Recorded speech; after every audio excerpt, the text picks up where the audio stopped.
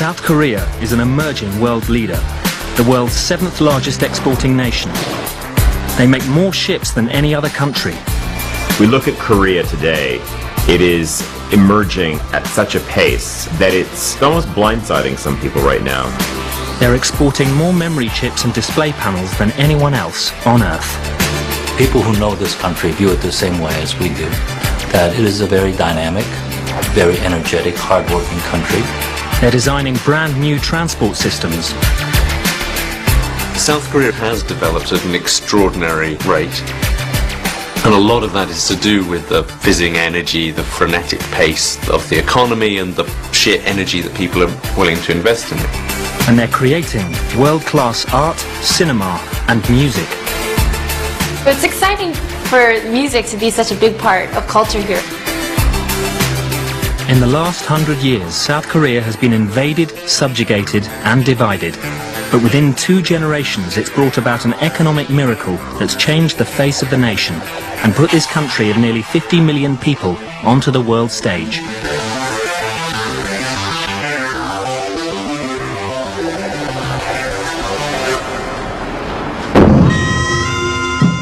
In the 7th century, 3 kingdoms came together to form Korea.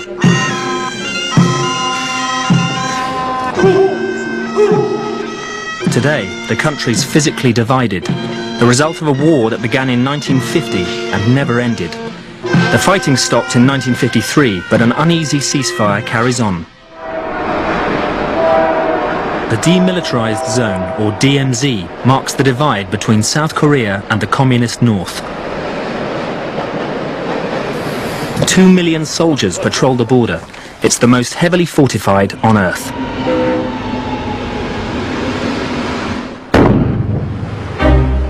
Sitting at the end of a peninsula, South Korea is the size of Kentucky, with Japan to its east and China above North Korea.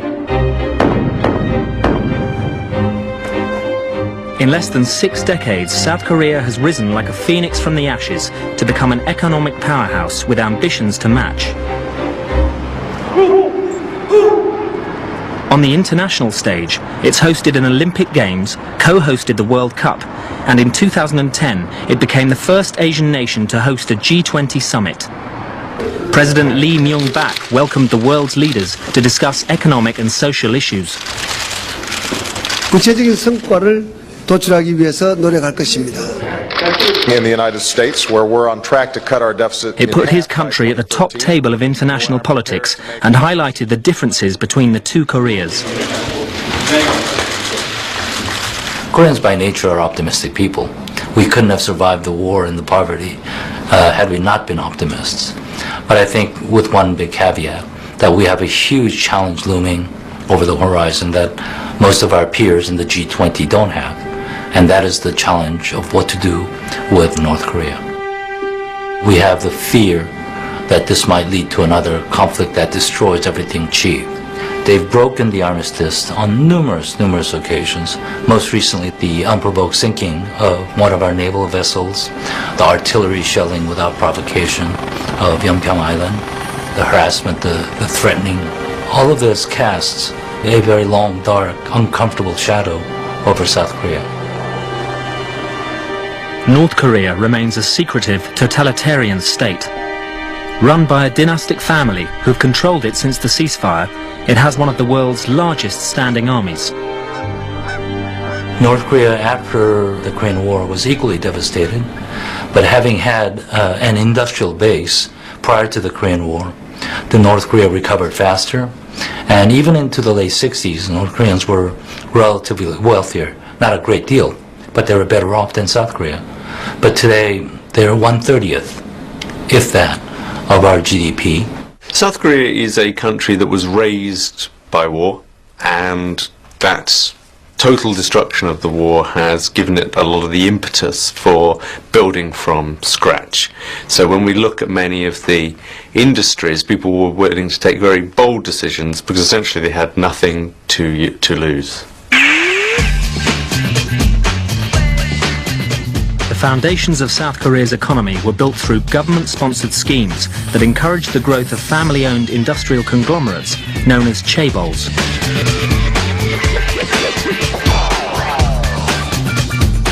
Two of the most globally significant chaebols that have dominated the country's economy are Lucky Gold Star, or LG as it is today, and Samsung. Samsung started out in 1938 as Samsung General Store, which was a trading company which sold dried fish and other foodstuffs. Our history starts from 1947. We started out as a small manufacturer of cosmetic facial creams for women. And then we ventured into other industries such as plastic materials, healthcare products, household goods, electronics. After the devastation of the Korean War in the 1950s, Samsung began to move into new business areas to help rebuild the Korean economy. Some of those included, for example, textiles and sugar refineries. Now, by the late 1960s, Samsung began to move into the electronics industry.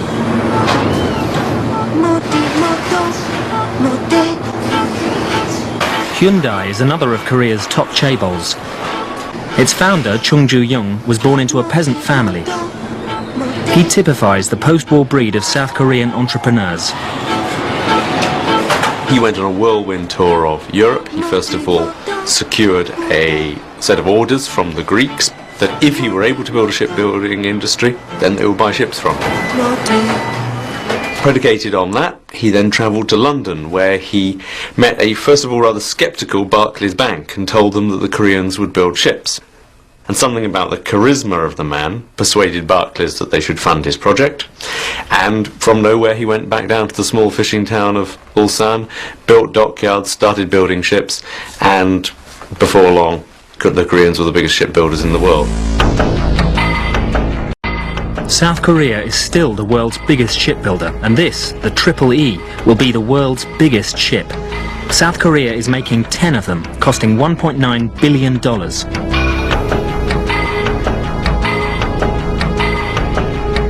As long as the Empire State Building is tall and as wide as an 8-lane highway, each ship can carry 18,000 containers, enough to transport 18 million flat-screen TVs.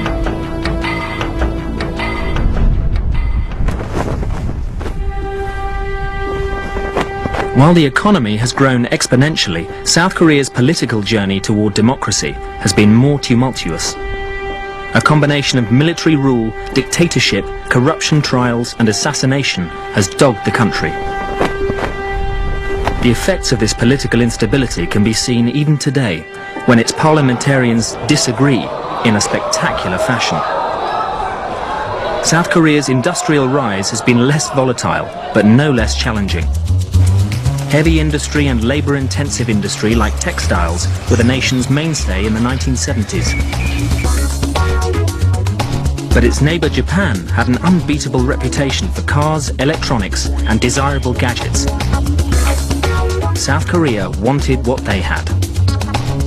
In the early days, it's got to be admitted that Korea had a rather shady past in its relationship with Japan, that over the weekends, Japanese technicians would make a bit of extra money by coming over and selling secrets to the Koreans.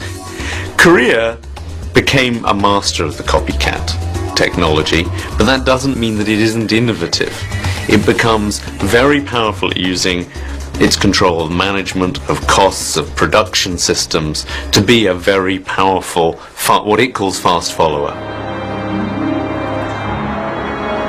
The speed of South Korea's catch-up in the 1980s was meteoric. It became one of the tiger economies of Asia and a magnet for money. Investment in the economy was huge, both from abroad and at home.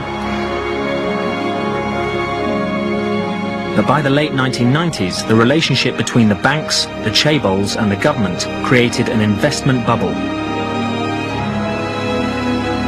In 1997, that bubble burst, and South Korea was bankrupt. The Asian financial crisis of the late 90s was very tough on Korea. About 20% of the large conglomerates failed. Many of the others were in tough financial condition. South Korea needed a $58 billion bailout. The International Monetary Fund stepped in, but wanted to change the cronyism that had helped create the crisis. South Korea had survived occupation and war to become one of the world's leading trading nations. Could they do it all over again?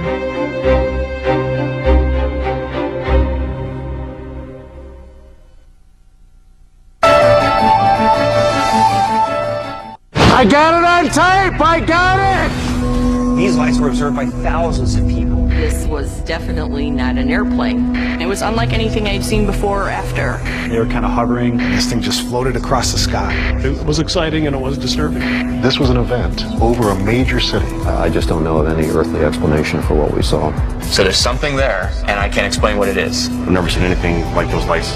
UFO Hunters, Sundays at 8 on History HD. Something very strange is happening on this planet. What if human evolution was manipulated? There are things out there we do not understand. What if aliens really did help shape our history? Our past is way different than what we're being taught. A theory some believe cannot be true, but many agree cannot be ignored. It leaves you feeling a little nervous. History brings you a startling series, Ancient Aliens, Sundays at 8:55 on History HD. Get this season started. I'm coming. You gotta have the adrenaline pumping and trees flying. New locations. Oh yeah, this is how they do it in Alaska. New characters. You don't like it, Joe? Get out of here. I'm gonna tell him to shut his mouth. 8 crews compete. Move, move, move, move. In their toughest season yet. Woo! That was exciting. Axemen, Thursdays at 8 on History HD. Made every day.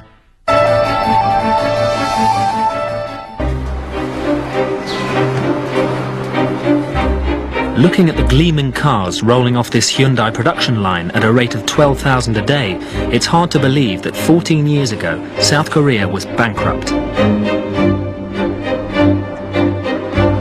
Back in 1997, to save their country's failing currency, 3.5 million Koreans donated jewelry and 227 tons of gold, which drove the global price of gold down to an 18-year low, but helped raise more than $1 billion and demonstrated how determined the whole country was to rebuild its fortunes.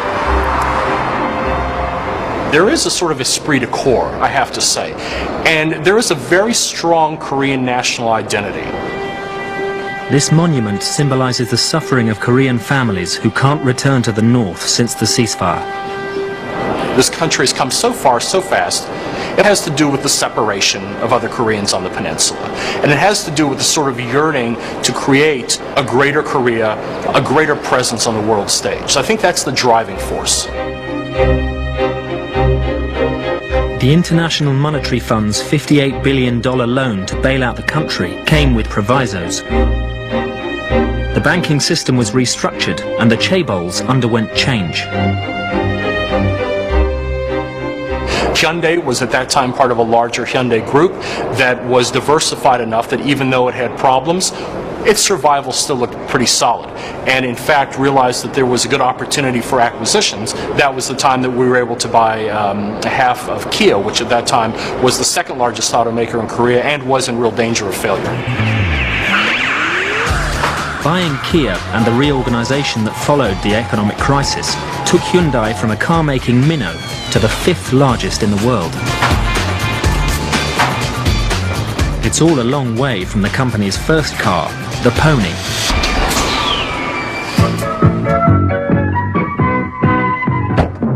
There was kind of a kit of parts. It was almost a United Nations of vehicles. The manufacturing and the engineering know-how came from the UK, the design came from Italy, the engine came from Japan. It was produced here. It was a little hatchback coupe that we started exporting to the rest of the world. As Hyundai Motors have grown, their ambitions have too. Now the company's going head-to-head with some of Europe's most prestigious brands, like BMW and Mercedes. The ambition early on was to produce vehicles. If you build them, they'll sell. We found out pretty quickly that if you build too many, you can get out ahead of your quality process. And so in 2000, we really retrenched and said, we're not going to focus on volume anymore, we're going to focus on quality. And spent the past 10 years reassessing what success meant. We think now success doesn't necessarily mean being number one.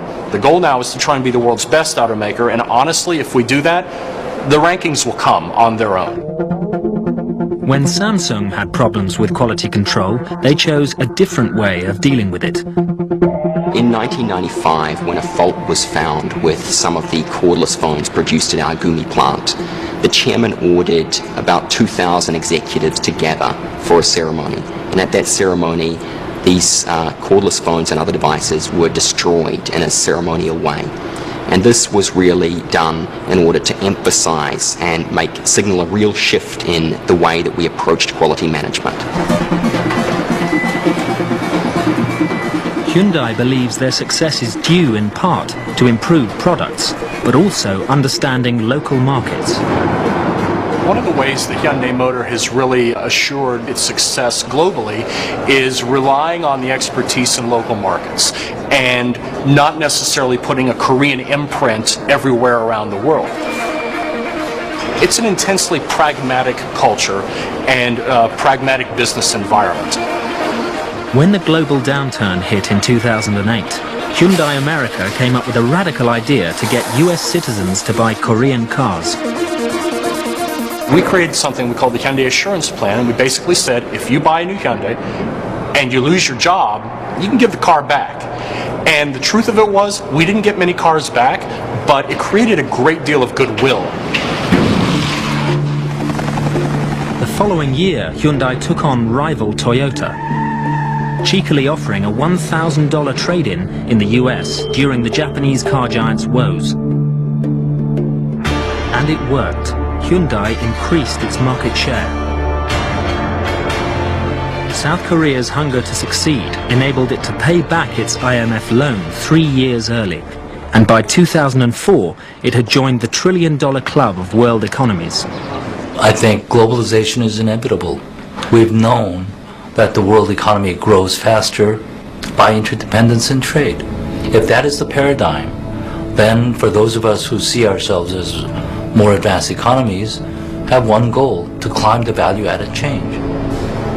South Korea now has 10 companies in the global Fortune 500, has recently ratified a free trade agreement with the EU, and is close to doing a deal with the US. Samsung's home market of Korea is relatively small, which means that our growth is really outside of the country. So today, more than 90% of Samsung's revenue is generated in exports outside of Korea. One of the impressive things about South Korean industry is its ability to forge new markets very quickly, particularly being bold and going into areas where other investors, and particularly their rivals, sometimes are a bit fearful to go. And if you take a company like Samsung Electronics, it's the second biggest individual exporter from China. So they've certainly moved into these regional markets. As soon as they can see an opportunity, they'll move into it. In 2009, Samsung's profits were double Japan's 9 major consumer and industrial electronics companies combined. In 2010, Samsung posted record sales, putting them ahead of Hewlett-Packard and Siemens. China is one of our most important markets today. It makes up around 16% of our global revenue. Obviously, with the growing Chinese middle class, there's a lot more demand these days for premium electronics products, like our flat-screen TVs and smartphones. In 1990, there was only one flight a week between South Korea and China. By now, there are hundreds of flights each week. Now the push is more gravitating towards Vietnam and Indonesia. These are, again, tough markets. And the Korean background, coming from a nation raised by war, has created very bold leaders who like the idea of slightly tough, hard to work in environments, and they're more willing to go there than, say, Japanese companies that can be more wary. If an American company opens a shoe factory in Indonesia, the Koreans will move there within months to build up a shoe factory to compete with it. In other areas, they are just being bold. At the moment, they're even looking at real frontier markets like Cambodia. So they're looking to build the first really big international airport in Cambodia, real estate, leisure there. They're outstripping the Chinese at the moment in the amount that they're investing into Cambodia. They're the biggest expatriate community in Indonesia, so they're really on the march in these kind of frontier markets. By 2009, South Korea was the world's 9th largest exporter. In display panels, memory chips and shipbuilding, they ranked number 1. In mobile phones, 2nd. Cars, 5th. Petrochemicals, steel and textiles were all in the top 10.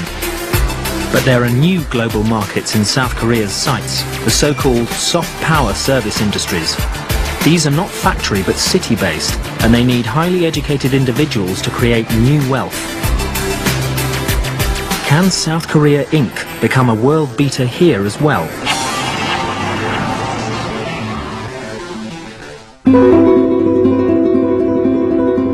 Just 60 kilometers from the border with North Korea, Seoul changed hands 4 times during the Korean War.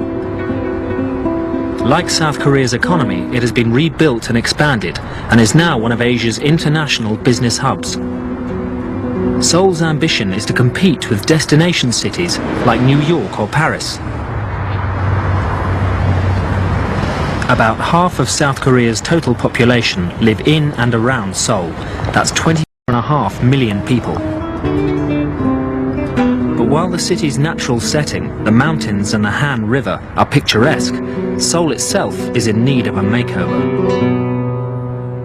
그런 시절을 거치면서 사실은 When we were growing rapidly, it was difficult for Seoul to pay more attention to making the city beautiful. 굉장히 역부족인 그런 상태가 한동안 지속이 됐던 거죠.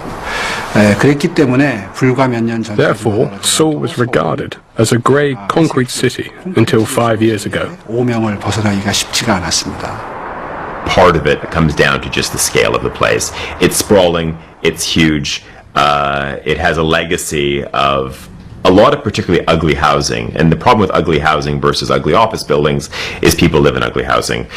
So it's going to take a very, very long time to regenerate a lot of those areas. If anyone can do the regeneration, though, it's certainly the Koreans. The cultural legacy of the city is being rediscovered. This space is a reclaimed oasis in the car-choked streets to celebrate Sejong the Great, one of the nation's founders. This is the latest construction in the city's $102 billion project to make Seoul a design capital. 동대문 농장 터에 만들고 있는 DDP를 예를 들 수 있습니다. 그 공간은 We are currently building DDP on the land where Dongdaemun Stadium stood. The site has historical significance because there are the remains of a fortress wall and an army from the Chosun dynasty. 공간인데 This landmark building will house design-based businesses and become the fashion hub for South Korea. The site it sits in will be a green space in the city. 야구장과 축구장으로 쓰이던 공간인데요. 과감하게 We made a far-reaching decision to tear down the two stadiums and excavate the site to reveal our history from centuries ago. 되살려서 지금 역사 문화공원으로 만들어놨거든요. 그리고 거기에 Now there is a history and cultural park of Seoul. 이 건축물은 지금까지 구현된 적이 없는 아주 Above the park, we are building a design plaza. We have employed cutting-edge architectural technologies to build this innovative design. 건축물이 지금 만들어지고 있습니다. Something else Seoul is determined to change is its traffic problem. South Korea wants to become the world's 7th green power within a decade. KAIST, the Korean Advanced Institute of Science and Technology, are developing a transport system to help them achieve that goal. OLEV, the online electric vehicle. The prototype buses and cars take up power magnetically from electric strips buried in the road. There are 4 supporting motors that are the same as diesel motors. The main motors sit at the back of the engine compartment. This black box is the battery. The size and cost of this battery is only a fifth of other electric buses' batteries.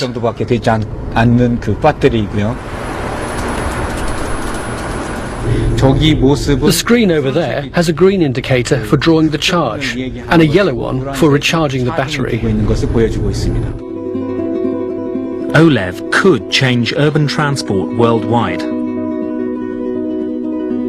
And if 50% of Koreans switch to OLEV, the country could reduce its oil imports by 35 billion barrels a year.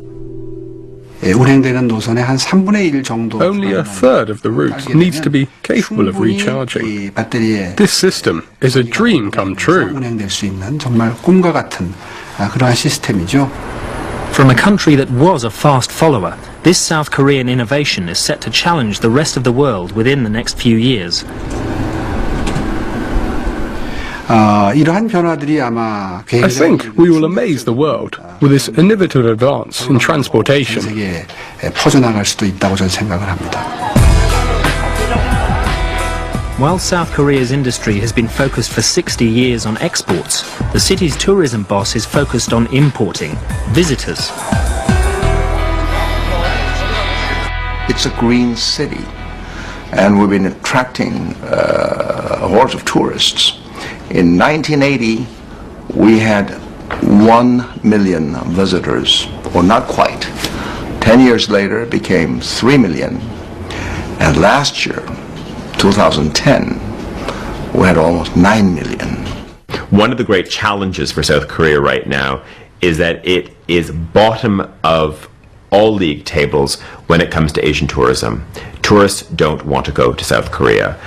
They want to transfer through the airport. They want to use its airlines. They don't necessarily want to get off the plane. We've invested a lot of time, energy, and money. The result is Incheon International Airport, Seoul's International Airport, has been voted the world's #1 airport for 6 years in a row. South Korea is not yet in the ranks of Asia's top destinations, but it has plans to tempt the world's travelling consumers. We look at Korea today, it is emerging at such a pace that it's almost blindsiding some people right now, because all eyes are on China. Eyes have sort of been on Japan, but certainly we've seen this China focus. But if you talk to luxury goods companies, if you talk to retailers, if you talk to even small trouser manufacturers in Italy, just focusing on the consumer side, they say the most magical part of the world right now is South Korea. Look at the 3 main department store brands. These are not global household names yet, but you've got Shinsegae, you've got Lotte, you've got Hyundai. 3 stores which rival pretty much anything in Tokyo. They beat the pants off of anything in Hong Kong. And you can pretty much write off North America, Australia, and Europe. In a very short span of time, our bathroom cupboards or women's cosmetics bags are going to be full of Korean brands that are already billion-dollar companies in their own right. They just haven't gone beyond the borders of that nation yet, but they're on their way. Millions of tourists do come, and thousands of people who work for multinational companies do stay. Seoul offers both luxury shopping and its own fast food. Bindaetteok could be Korea's contribution to the menu of international foods found across the globe, like hamburgers and pizza. There are 3 or 4 things that the Koreans do incredibly well, which are also quite easy to transfer into a fast food format. Here is something which is taking fresh ingredients and mixing them together, and you've got the wonderful taste and the ease of Korean pancakes. 우리나라에 패스트푸드가 서양에서 들어왔듯이 Fast food culture was introduced by the West Korea. So I think we can export Korean fast food, which has lots of vegetables and fermented ingredients, to the West. 를 서양으로 진출시켜야 한다고 생각합니다. 빈대떡은 특히 건강을 생각하는 I think Bindaetteok is particularly good for health-conscious Westerners. It's because it's made of mung beans. It's a mixture of ground mung bean, pork, kimchi and vegetables. So it's low calorie but nicely nutty in flavour. 고소한 맛을 가지고 있습니다. Brand South Korea is becoming more of a reality, and Seoul is its shop window. It has myriad assets, from hot springs, of course, Korean cuisine, there's great shopping, there's amazing service, it has all of these things, but it hasn't been able to bundle together all of these raw assets into a strong, compelling national brand. 전 세계 많은 사람들이 아마 남편이 When people are asked to relocate for work to cities like New York or Stockholm, lots of people think this is good news. 큰 도시였는데 마침 잘 됐다라는 생각을 하고 있을 텐데. So perhaps after 10 years, Seoul might become one of those cities where people want to live before they die. That's one of my hopes for Seoul. 그렇게 희망 섞인 전망을 합니다. While Seoul is making itself more beautiful, underneath, the city's heartbeat is digital. It's the most wired city anywhere and has world-beating creativity coursing through its veins.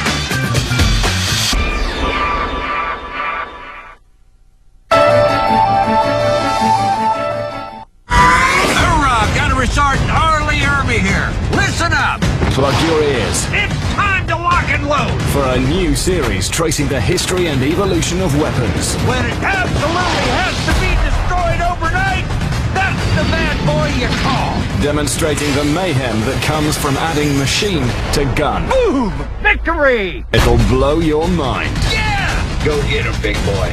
Lock and Load, Mondays at 8 on History HD. At the Gold and Silver Pawn Shop, business is booming. I'm looking to sell these photos of Michael Jackson. I've got a 1768 lottery ticket signed by George Washington. Wow. It's an old trunk from the late 1800s. Oh, that is neat. I've got 2 dummies that I'm dying to sell.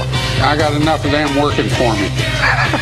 It's all in a day's work for the Pawn Stars. Collectors go nuts for this kind of stuff. Tuesdays at 8 on History HD. Made every day. My name is Terry Shacklin. I'm a Green Beret sent on combat and training missions around the world. But I'm part of a long line of elite warriors tested in battle. And the only way to reveal their weapons and tactics is to experience them myself. Enter the theater of war with history's most feared and ferocious fighters. Warriors, Wednesdays at 8:55 on History HD.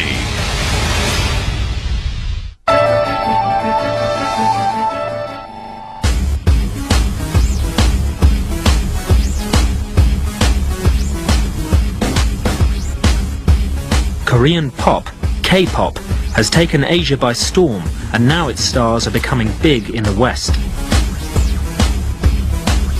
The Hallyu, the Korean wave, is a cultural phenomenon, and in the global soft power stakes, it's been called the country's biggest weapon. When you look at raw soft power, those assets that can't be bought but are instantly loved and embraced by people around the world, the Koreans have understood how to export those things in spades. K-pop and now Hollywood film star Rain is one. He's been selected as one of People magazine's 100 most beautiful in the world. And film director Park Chan-wook, an award winner at Cannes, has Quentin Tarantino as a fan. And girl groups like Wiles and Girls' Generation have gone international, making millions in export revenues. The K-pop has definitely become a bigger influence than it was like 5 or 10 years ago. So it's exciting for music to be such a big part of culture here.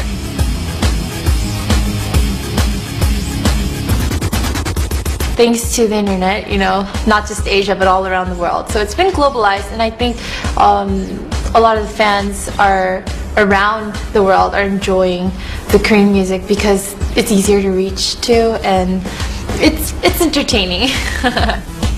When you talk about exports, what gets out there quickly, what gets out there quickly in a wired world? Well, then we're talking about film, and we're talking about music, and we're talking about television.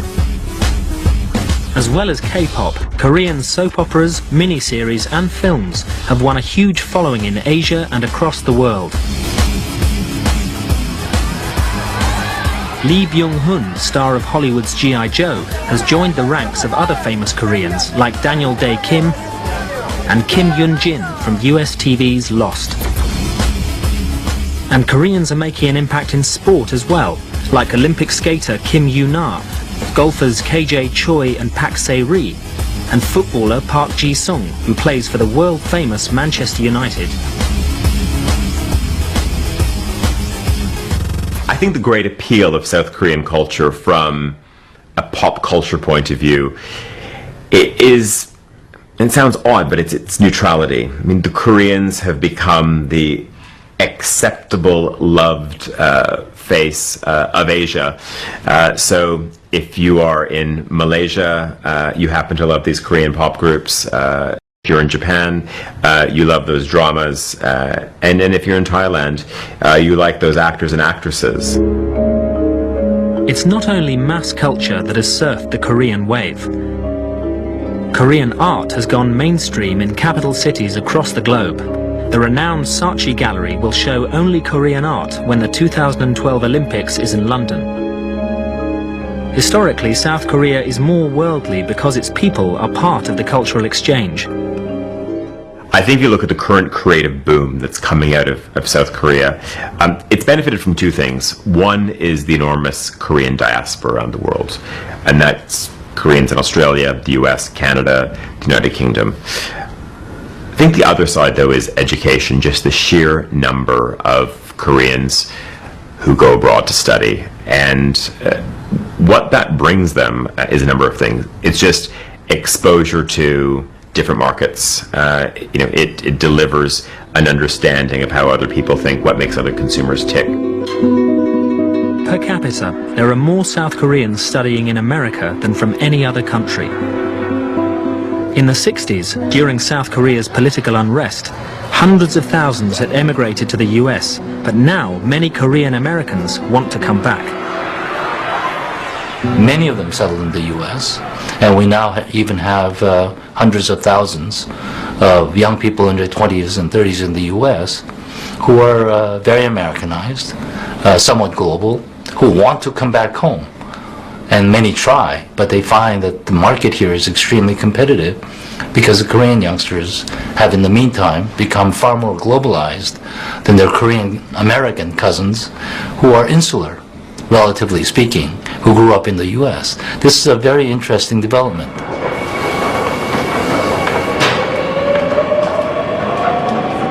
Another reason South Korea is so globally in tune is that the country is a trailblazer for high-speed internet.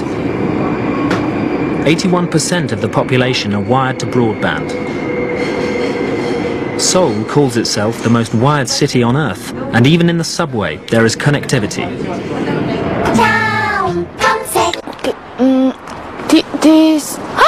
Look, we are here. First, go. Daum, meaning next, is South Korea's favorite search engine and social networking site. 4 out of 5 are registered users. And this new digital world is changing some traditional Korean aspirations. 과거에는 이제 한국에는 그런 풍습이 있습니다. 그러니까 돌 첫 번째 생일이 되면 Traditionally, on a Korean baby's first birthday, it's encouraged to pick up something from the party table. 아이가 그것을 잡게 합니다. They put out things like money. 때 그 아이의 미래를 같이 점치면서 이제 축하해 주는 가령 예를 들면 아기가 이제 돈을 If the baby selects money, it will become a business tycoon. 축하를 해 주는 것이 있었는데요. Recently, parents have started putting down a computer mouse. So if the baby picks it up, they'll succeed in IT. IT 업계에서 이제 큰 일을 하게 될 You see, the internet is so widely used that it's even changing our traditions. 사람들의 생활 속에 녹여들면서 사소한 풍습들을 바꿔나가는 걸 볼 수 있습니다. Small IT companies are multiplying fast in South Korea, and young people are attracted to their different way of working. 이제 그 소위 좋은 대학을 나오고 이렇게 실력 In the past, graduates from the top universities wanted to work for chaebols, but now they want to join IT companies, where they can work on their own initiative, unlike at the big companies.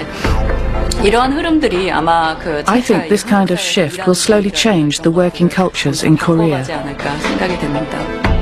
It's not just how people work, it's changing who works.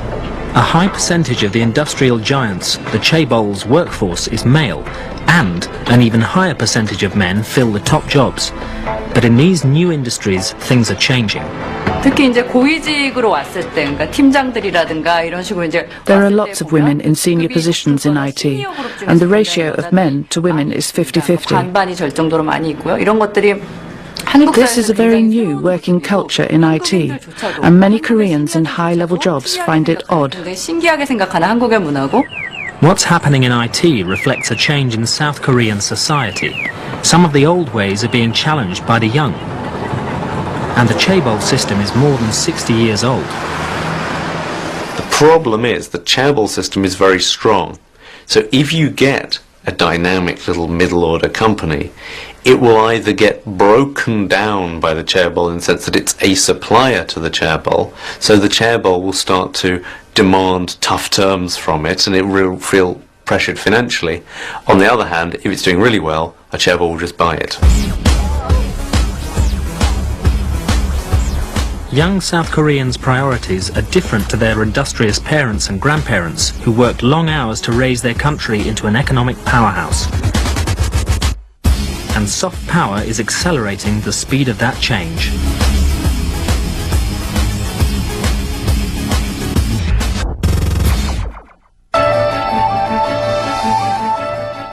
I got it on tape! I got it! These lights were observed by thousands of people. This was definitely not an airplane. It was unlike anything I'd seen before or after. They were kind of hovering. This thing just floated across the sky. It was exciting and it was disturbing. This was an event over a major city. I just don't know of any earthly explanation for what we saw. So there's something there, and I can't explain what it is. I've never seen anything like those lights. UFO Hunters, Sundays at 8 on History HD.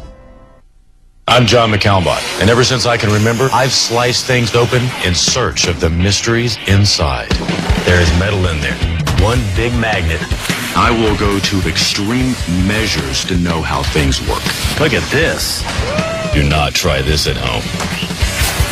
The answers? Just a slice away. Sliced, Thursdays at 8:55 on History HD. Made every day. Get this season started. I'm coming. You gotta have the adrenaline pumping and trees flying. New locations. Oh yeah, this is how they do it in Alaska. New characters. You don't like it, Joe? Get out of here. I'm gonna tell him to shut his mouth. 8 crews compete. Move, move, move. In that toughest season yet. Woo! That was exciting. Axeman, Thursdays at 8 on History HD. Made every day.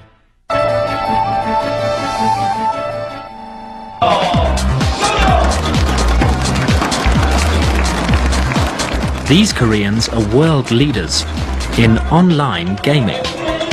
They're esport players, competitive video gamers, and in South Korea it's big business. A byproduct of the broadband boom, some 17 million Koreans are gamers, and hundreds of thousands watch their heroes in action. E-athletes pitch their skill at obliterating opponents, whether they're in the same room or across the globe. Matches are broadcast onto dedicated TV channels, and the top players' fan clubs are bigger even than many K-pop stars.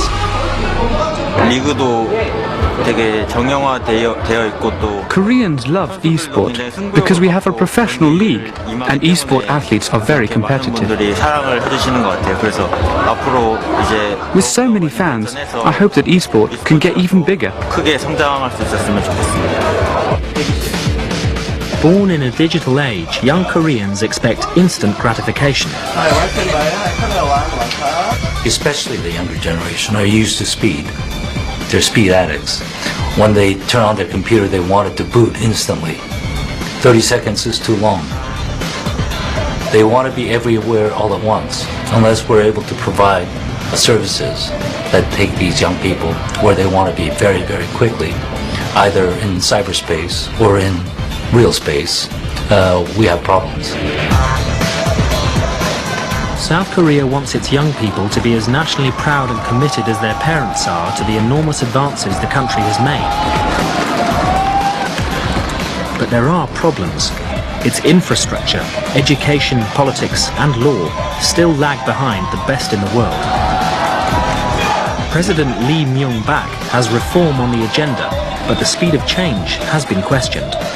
And a lot of Koreans really mistrust their political elite, their judiciary, even their own military. So there are lots of areas where the Koreans still feel that reform is needed. The problems are very clearly diagnosed, even by the government itself, but they feel that there's only very, very tepid reforms being pushed to try and change those institutions. Socially, there was a great deal of pent-up resentment at government policies that didn't seem to provide for increasing amounts of welfare for the population as a whole. That is changing. The Korean government's public welfare budget has increased dramatically in the last decade and a half, where today it takes up the lion's share. This big industrialization, though, does have a dark side to it, because although Korea could be incentivized to work like this, it became almost a compulsive working society. People became addicted to their work, and in many ways they still are. In modern era, one expression has become synonymous with Korean character, 빨리빨리. It's a hurry, right? It's been a hurry culture with its positive and pejorative connotations. I think we have learned from this. A lot of these things we have achieved in such a short period of time is because of hurry and 빨리빨리 culture. For Korea to move forward in some ways, it needs to take a step back.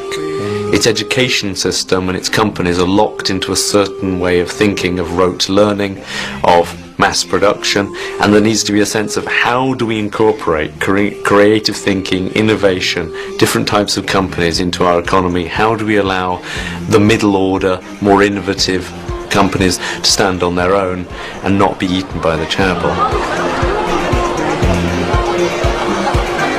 But even as they begin to address their social problems, South Korea's political ambitions are starting to be realized.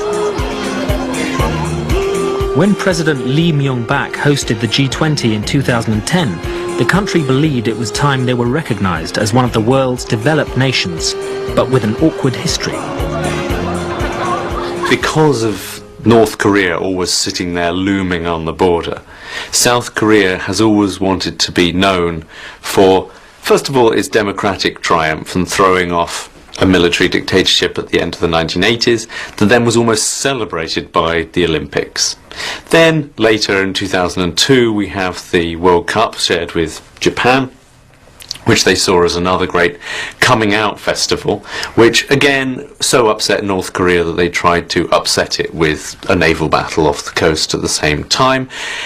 And then, more recently, last year, we had their presidency of the G20. At the G20, the South Koreans presented an initiative suggesting a different way to give aid to underdeveloped countries. And the head of the IMF praised Korea for its intellectual leadership. Now, we spent a lot of time in the history of Korea looking at Korea as a nation that was a fast follower, that was master of catch-up or being a copycat. So when he went out and praised some of the economists from Korea as being intellectual leaders, that was something new. I think over the next decade, we're certainly going to see more and more spheres of life where the Koreans are giving leadership, ideas and creative thinking, fields where we haven't even seen them before.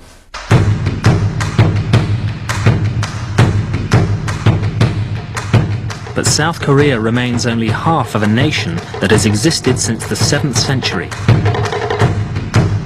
Could it be in this century that it unifies with the North? There are many optimists who think that the unification could actually be the shot in the arm that the South Korean economy has always needed. That there's going to be a cheap workforce, there's going to be room for development of South Korean factories up north, that always South Koreans are looking for that point of comparison with Japan. Will unification be the thing that gives us that extra fillip and brings us up to the level that the Japanese are at? Even without unification, to progress and get that competitive edge, South Korea needs its trademark products to be as nationally strong as French perfume, German cars, and Japanese technology. Once upon a time, Samsung, they fought purely on price. Now they fight on design and service.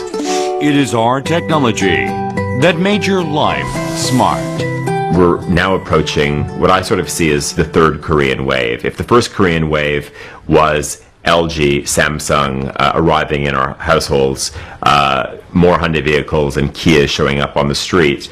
If the second wave was the K-pop boom, the soap opera boom, let's say the whole soft power boom that we've seen from South Korea, the third wave is going to be an industrial and brand one.